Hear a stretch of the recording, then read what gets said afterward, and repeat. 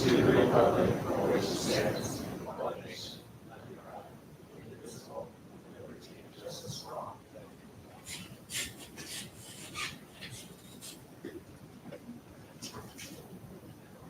All right. Do you have any correspondence, sir? Discussion on correspondence, right? Then we got obviously. We have no public comment, so start.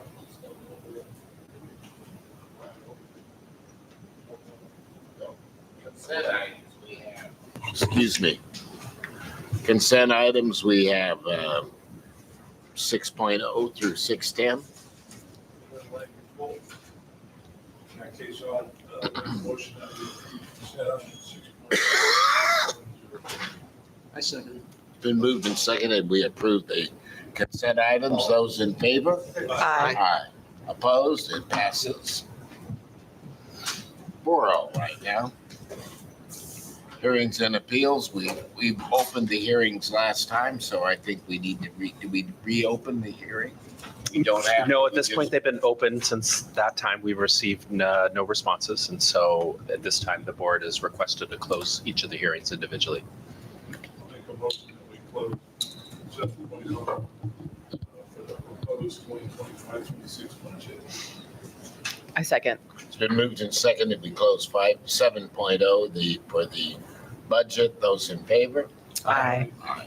I'll make a motion that we close the public hearing for the 25-26 LCAT proposal. Second. Moved and seconded for proposal. Those in favor? Aye. Opposed, none, so it passes 5-0. Thank you. Presentations and reports. Do we have any reports? There's nothing from closed session because we had no closed session. So the approval of the Brentwood Union School District proposed budget we've done, or we need to read? Yeah, so board, these are lengthy presentations that you saw at our prior meeting, and so they're coming back to you for formal approval tonight, both 8.1 and 8.2, following the opportunity for public participation through the public hearing process.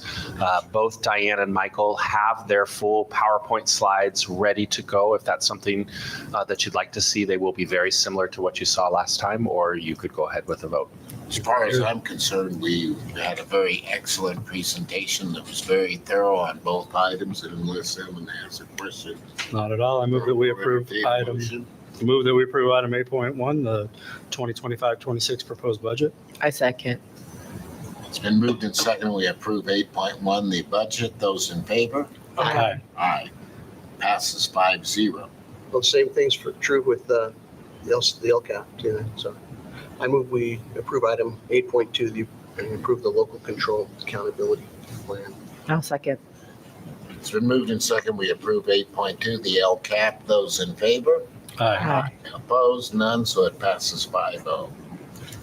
Thank you.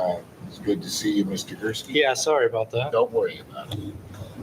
8.3 is an action item to approve the resolution 2025-13. Motion that we approve resolution 2025-13. I'll second. It's been moved and seconded. We approve item 8.3, 2025-13. Those in favor? Aye. Aye. Opposed? It passes 5-0. Item 8.4 is the approval of the revised 2025-26 school calendar. Yeah, this revised calendar reflects that the last week of school we have typically minimum days.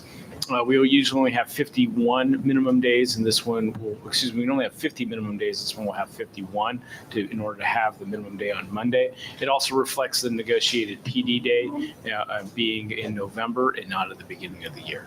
So this is not an ongoing thing, it's just for the one that just took place. Correct. Thank you.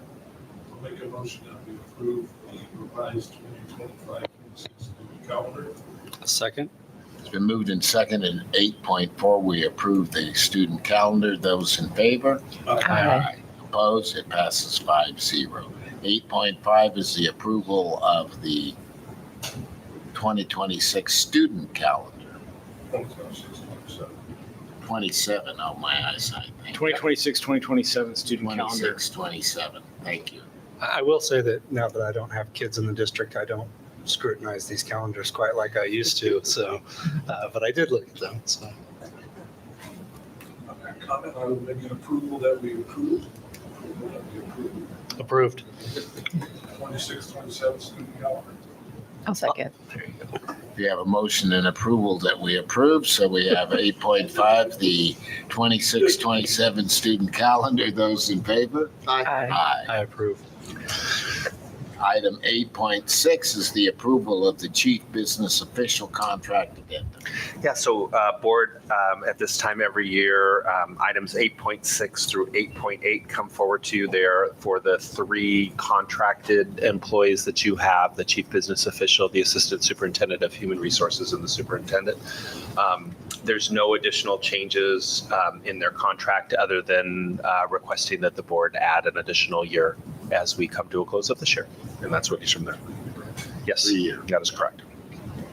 I'll make a motion that we approve the chief business official contract addendum. I'll second.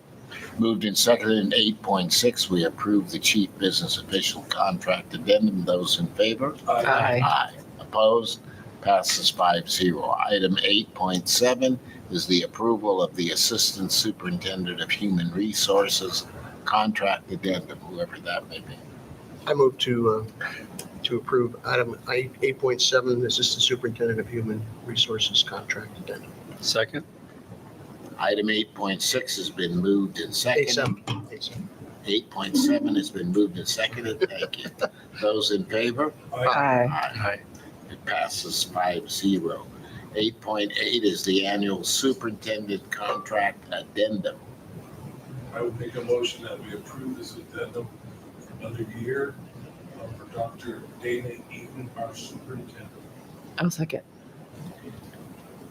It's been moved and seconded that we approve item 8.8, and I think we're all more than happy that that extension is taking place. Those in favor?